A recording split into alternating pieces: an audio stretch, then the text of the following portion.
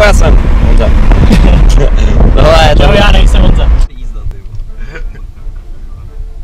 Kámo, my jedeme, ty vole. Prvně jde spát. 4 hodiny se jdeme nahoru. Jaký máme první dojem na to, že jedeme? První dojem už jsme ujeli asi 3 kilometry. 3 kilometry? Zbývá nám už jenom asi 220.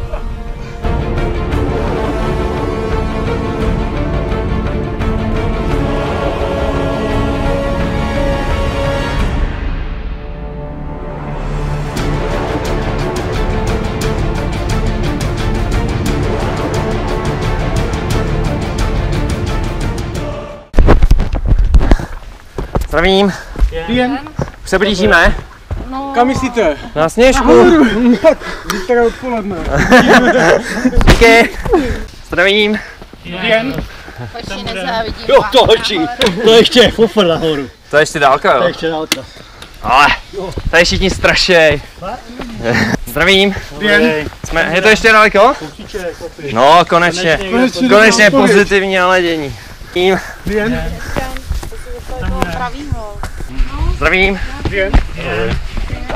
Tam budem. Vrce všichni sněl. Zdravím. Jen. Už tam budeme? Ještě ne? Ne, už dojď. Dojď. Zdravím. Jen. Už se blížíme? Ne.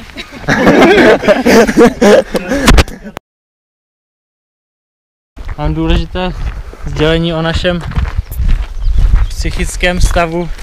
Potkali jsme rodinu se psem a nám řekli, že to pes není.